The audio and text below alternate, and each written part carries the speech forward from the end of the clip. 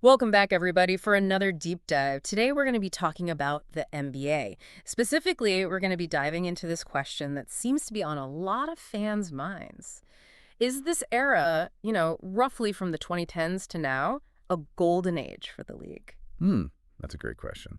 And to help us answer it, we've got some really interesting excerpts from this analytical report that lays out arguments for and against the idea of this era being a golden age. Oh, cool. So get ready for some crazy stats and some insights into how playing styles have changed. And of course, we can't forget the iconic players that have really defined this whole period. Yeah, it's interesting because, when we say modern NBA, there's not really an official start date. Right. Some analysts point to the early 2010s, others say 2013, and some even go as far back as 1998. Wow. So for our deep dive today, we'll mostly be focusing on the 2010s and 2020s, but we'll definitely keep in mind that some of those seeds of change were planted even earlier. Yeah, that makes sense. It's like you can't really talk about the Renaissance without thinking about what happened in the Middle Ages first. Exactly, Yeah. yeah. So when you compare today's game to, let's say, the NBA of the 90s, what are some of the biggest changes that really stand out to you? Well, I think one of the most obvious ones, and it's definitely most talked about, is the three-point revolution. Oh, yeah, for sure. Back in the early 2000s, teams were only averaging about 15 three-point attempts per game.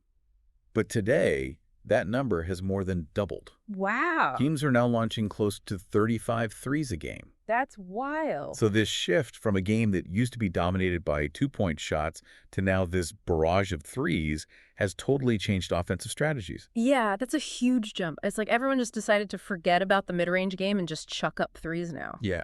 What do you think caused this? Was it a sudden change or was it more of a gradual thing? It was kind of a mix of things. Yeah. Players like Stephen Curry, Klay Thompson, and James Harden, they really showed how effective it could be to shoot a lot of threes, but shoot them well. Right. They turned it into a real weapon. Right. But it wasn't just about individual players, though.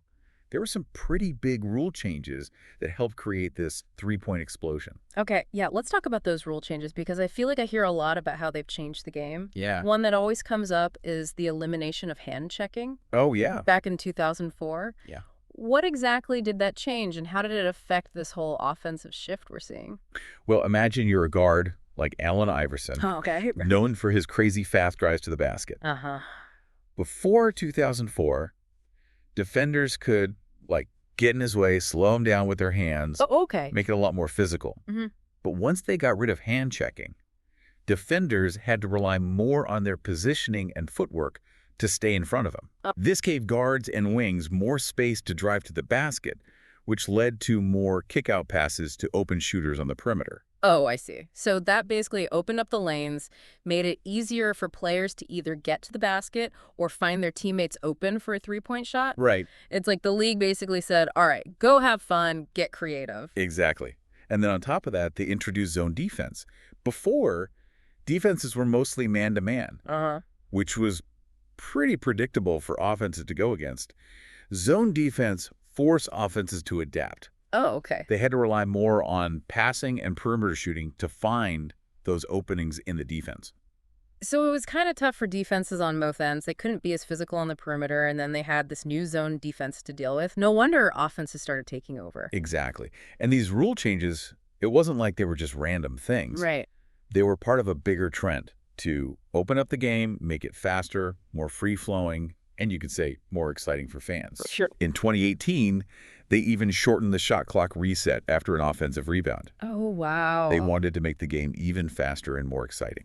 It's amazing how these rule changes that seem on the surface kind of small can end up changing the whole game so much. Yeah. It's almost like a butterfly effect. Yeah, exactly. One little tweak can lead to these huge shifts in the way the game is played. Yeah, and it's not just about the rules themselves. Right. It's also about how teams and players use them. Uh-huh. Take the pace and space offense, for example. Oh, yeah. Spacing the floor, moving the ball quickly, and of course shooting lots of threes. That wouldn't have worked as well back when hand checking was allowed. Makes sense. The rule changes were like a blank canvas. And then coaches like Mike D'Antoni and players like Steph Curry came along and created something special. It sounds like a perfect storm. Yeah. Rule changes, innovative coaches, and this whole generation of players who could just drain threes from anywhere. But it wasn't all easy, though, right? There were definitely attempts to, try and control this offensive explosion and bring some balance back to the game. You're right. There's always been this debate about whether things have swung too far in favor of the offense. Yeah. The whole thing with foul baiting, where players try to get fouled when shooting a three-pointer, led to some new rules in the 2021-22 season to try and stop that. Okay. And then more recently, in the 2023-24 season, there were changes to allow defenses to be more physical and to penalize flopping. It's clear that the NBA is still trying to find that sweet spot, that balance between having an exciting, free-flowing offense and a tough, competitive defense. Yeah, for sure. It's like this constant balancing act. Yeah, Like in any sport, there's this debate about whether it's better to have high-scoring, action-packed games or those low-scoring defensive battles where every possession feels so important. yeah. But before we get too deep into that whole offense versus defense debate, let's talk about the players who've really made their mark in this era. Yeah. I mean, you can't talk about a potential golden age without acknowledging the talent on the court. Exactly. And this era is just packed with superstars, Yes. each one bringing something unique to the game. Yeah. Where do we even begin? Mm. LeBron James, Steph Curry, Kevin Durant, James Harden, Russell Westbrook. Oh my gosh.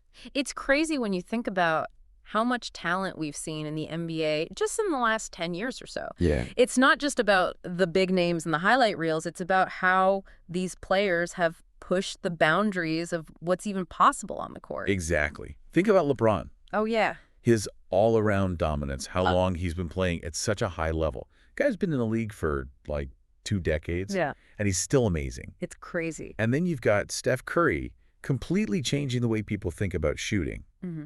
And then Nikola Jokić redefining what it means to be a center with his incredible passing skills. And Giannis. Yes. I mean, his athleticism and power are just unbelievable. He's like a superhero playing basketball. He's incredible. Yeah. And it's not just about their individual talent, Right. These players have been part of some really iconic teams and rivalries. Oh, yeah. Speaking of iconic teams, the 2010s were just full of dynasties. Yeah. You had the Miami Heat's Big Three, the San Antonio Spurs' consistency, and then, of course, the Golden State Warriors dynasty. These teams weren't just winning, they were changing the game. Absolutely. Mm. And then you look at the early 2020s, and it's a different story. Uh-huh. We've seen more teams winning it all, like the Los Angeles Lakers, the Milwaukee Bucks, the Warriors again, of course, Yeah. and even the Denver Nuggets winning their very first championship. It's been crazy. Yeah. So much change, so much talent, so many great moments. But this brings us back to the whole point of this deep dive. Is this really a golden age for the NBA? Right. I mean, we've seen the arguments for it, the amazing players, the changes in how the game is played, the rivalries. Yeah. But like with any era, there are also some criticisms and concerns that we need to talk about. Exactly. And that's where things get really interesting, because the debate itself tells us a lot about how we see sports, how our own experiences and what we like shape how we see a certain time period. Yeah, that's so true. All right, well, stay tuned, because in the next part of our deep dive, we're going to dig into those counter-arguments and really unpack this golden age debate. We're going to look at the criticisms, hear some different viewpoints, and try to get a better understanding of this period in NBA history. But before we do that, we want to hear from you. What stood out to you so far about the modern NBA? Any particular moments, players, or trends that have caught your eye? Let's keep this discussion going. Head over to our social media channels and tell us what you think. Okay, so let's jump back into this golden age debate. Mm-hmm. We've seen all the amazing players and the changes in the game, all those exciting moments. Yeah, for sure. But does all that really make this era the best time for basketball? That's the big question, right? I feel like a big part of it is how we even define a golden age in the first place. Yeah, that's true. I mean, is it all about the talent? Is it about how exciting the games are? Or maybe it's about how much the NBA influences things outside of basketball, like culture, You're absolutely right. There's no single way to measure a golden age. It's all subjective. It really depends on what each person likes, and maybe even a little bit of nostalgia. Right. So like someone who grew up watching Larry Bird and Magic Johnson might have a totally different idea of what a golden age is compared to someone whose first NBA memories are Steph Curry hitting all those threes. Exactly. The NBA has such a long history, and each era has its own unique mix of talent, playing styles, and stories. It's totally natural for fans to love the era that they connected with the most. Makes sense. But let's say, just for fun, Yeah. that someone's trying to convince us that this era, the one we're talking about now, is the real golden age. What would be their best arguments? Well, they probably start with that list of amazing players we've talked about. Yeah. LeBron James, Steph Curry, Kevin Durant, Giannis, Jokić. I mean, the list goes on and on. Yeah, even someone who doesn't follow basketball that much knows those names. It's like a whole galaxy of basketball superstars. It really is. Yeah. It's not just about how famous they are. It's about all the different skills and styles they bring to the game. Right. We've got guys who can fly through the air and dunk. We've got shooters who can hit threes from crazy distances. Point guards who can throw no-look passes like it's nothing. And that variety comes directly from how much the game has changed. The three-point revolution, it's not just a stat.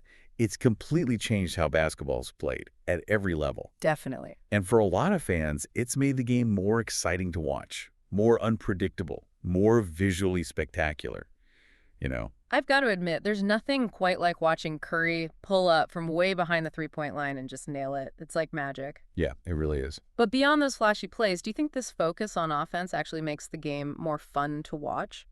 That's a good question. And it's something that people definitely debate about. Some people say that all the high scores and the fast pace make the game more exciting, more lead changes, more chances for those crazy highlight reel plays.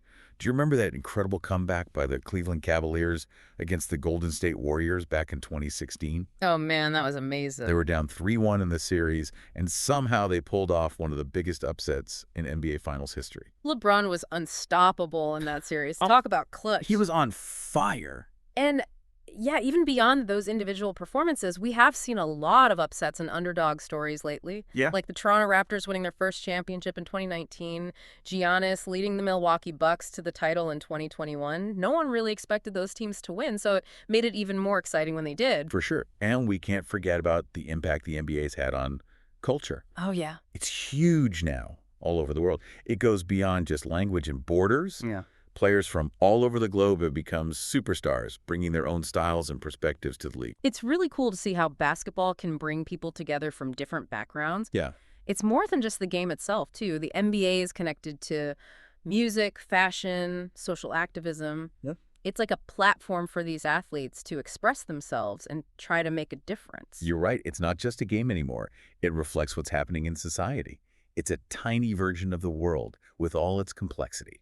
I like that. So if you're arguing that this is a golden age, those are some pretty strong points. They really are. It's hard to disagree with the talent, the evolution of the game, and how big the NBA has become globally. But There's always a but, right? Thanks, Coach Rob. No era is perfect. There's always going to be some criticism. exactly. Every era has its weaknesses, its blind spots. Yeah. And this one is no different. So let's flip things around and look at the arguments against this being a golden age. Okay, let's get critical. I know one of the biggest complaints I hear is that defense isn't as good as it used to be. Oh. Some fans feel like all this focus on offense, on three-pointers, has taken away from that tough, hard-nosed defense. That's something you hear a lot from people who grew up watching the 80s and 90s when the game was much more physical. Right. They argue that those rule changes, the ones meant to open up the game, have accidentally made it way too easy to score. It's harder for defenses to keep up. It's like that old saying, defense wins championships. But these days, it feels like it's more about outscoring the other team, not stopping them. Yeah. Has defense become a lost art? I don't think it's lost, but it's definitely changed. Yeah. It's more about the whole team working together, rotating, communicating, rather than just one-on-one matchups. Right. And even though they've tried to bring back some emphasis on defense with the new rules, some fans still feel like it's just too easy to score, that the games don't have that same defensive intensity as before. Yeah. Another thing people talk about is the whole super team thing. On the one hand, it's exciting to see these groups of all-star players teaming up. But on the other hand, it makes you wonder about how fair the competition really is. Right. Does the regular season even matter if you already know which 2 or 3 teams are going to be at the top? That's a fair point. When these super teams form, it can make things feel predictable. Like you already know who's going to win in the playoffs. And it can also make it hard for smaller teams who can attract those superstar players to compete. And then there's the whole thing about players having more power now, Yeah. which is great in a lot of ways. They have more control over their careers where they play. But it's also led to a lot of players moving teams, all that free agency drama. And it feels like loyalty to one team isn't as important anymore. You could say that all this movement, while it's definitely exciting, makes the viewing experience different. It can be hard to really connect with the team and its players when the lineup is always changing.